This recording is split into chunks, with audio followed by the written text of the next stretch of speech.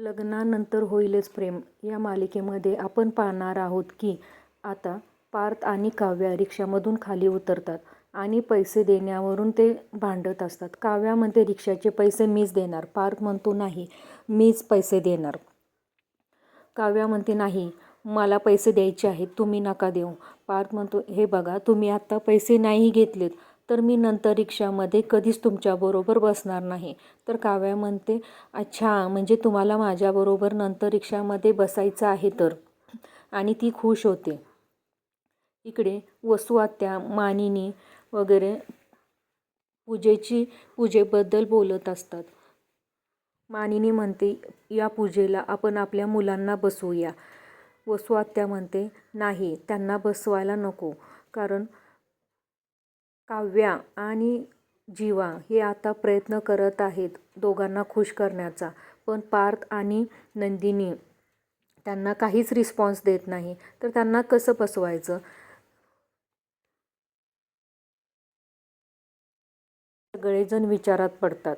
इकडे नंदिनी रिक्षातून उतरते. त्यावेळी तिला माहीत नसतं की तो जीवा आहे. ती पैसे द्यायला जाते तर जीवा तिला नको म्हणून सांगतो, कारण तिच्याकडे बघितले तर तिला संशय येईल. म्हणून तो म्हणतो मला पैसे नको आहेत, तुम्ही तुमच्याकडेच ठेवा.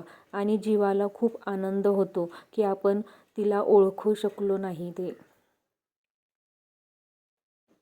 इकडे पार्थ आपल्या पंक्चर झालेल्या गाडीबद्दल फोनवरती बोलत असतो.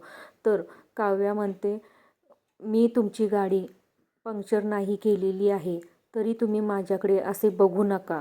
तर पार्थ म्हणतो मी तुम्हाला काहीच बोललो नाही गाडीबद्दल. नंदिनी मध्ये येत असते आणि तिचा पाय घसरून पडणार तेवढ्यात जीवा तिला पकडतो आणि ती पडता वाचते. तेव्हा पाण्याचं भांडं खाली पडतं आणि जीवा तिला उचलून देतो. नंदिनी हात पुढे करते.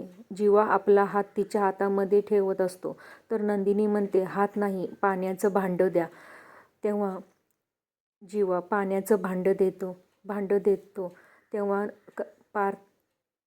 जीवाला खूपच वाईट वाटतं की नंदिनी आपल्याशी अजूनही रागवलेलीच आहे.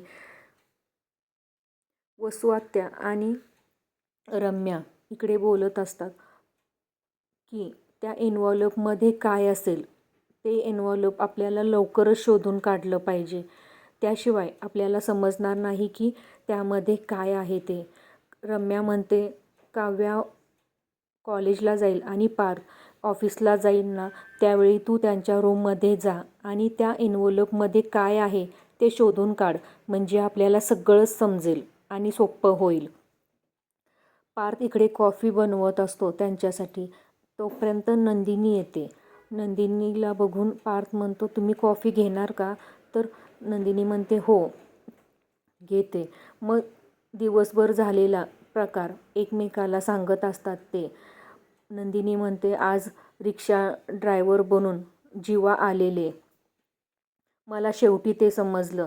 आणि पार्थ म्हणतो हो, आज काव्याने पण माझी गाडी पंक्चर केली आणि माझ्यासाठी त्या रिक्षा घेऊन आल्या होत्या.